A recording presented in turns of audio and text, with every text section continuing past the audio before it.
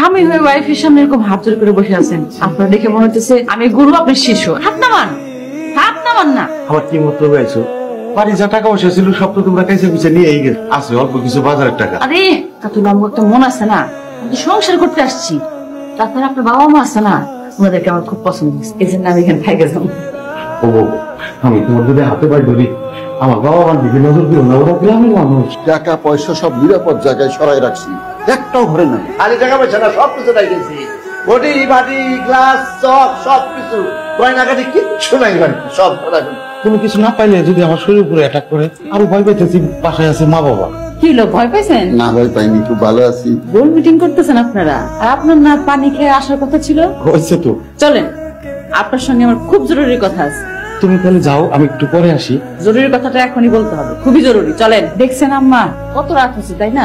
আমি বলতেছি চলেন ঘুমাইতে যাই, সে বলে এখন গোল মিটিং করবে তার চেরাদেরকে নিয়ে। আমি বউয়ের সাথে ঘুমাবো না।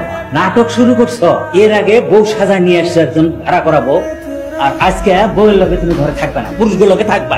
যা ঘরে যা। আল্লাহর নাম নিয়ে যান, আল্লাহ ভরসা। আপনারা তাহলে ঘুমাই যান। হ্যাঁ, তোরা দুজন একটা সত্যি কথা কত, আসল ঘটনাটা কি? ঘটনা কি ঘটছে আমরা জানি না। আপনার পরিবারে কারো কোনো অসুখ বিসুখ আছে? মানে health issue, diabetes, ulcer, thyroid? আচ্ছা, আপনার কি ডায়াবেটিস আছে? স্যার টেনশন মেনশন বাদ দেন তো, এখন আপনার উচিত গরু জবাই করে অনুষ্ঠান করা। তোর মাথা কি ঠিক আছে? আমি গরু খাওয়াইতে যাবো কেন? আরে আপনি বুঝতেছেন না, ভাবি ফিরত আসছে, রাত্রি যাপন করছে আপনার সাথে, তার মানে ভাবি আপনার মাইনা নিচ্ছে।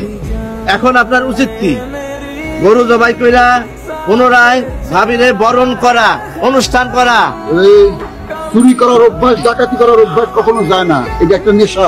চোর ডাকাত কখনো ভালো হয় না, দেখছো জীবনে? না না, এক কাজ করলে কেমন হয়? কি কাজ? আমরা পুলিশে খবর দিই। আজব একটা কথা বলছেন, আপনার মাথাও তো গোবরে ভর্তি। এখন যদি পুলিশকে খবর দেন, পুলিশ আয়া যদি দেখে আপনার বউ ফেরত আইছে, তখন পুলিশ কি কইব? আরে ফুর্তি ফুর্তি, আপনার পুরান বউ ফেরত আইছে, খাসি জবাই করেন, গরু জবাই করেন, মিষ্টি খাওয়ান। কিছু আমার ভালো লাগে না। বোন, আজ থেকে তোমরা আমার আপন ছোট বোন। একবার সত্যি করে কত, তোমার বোন আবার কেন ফিরে আইছে? আসলে হয়েছে কি, আমাদের একটা কিডনি খুবই প্রয়োজন। আপু আপনাদের কাছে গেছে একটা কিডনির জন্য।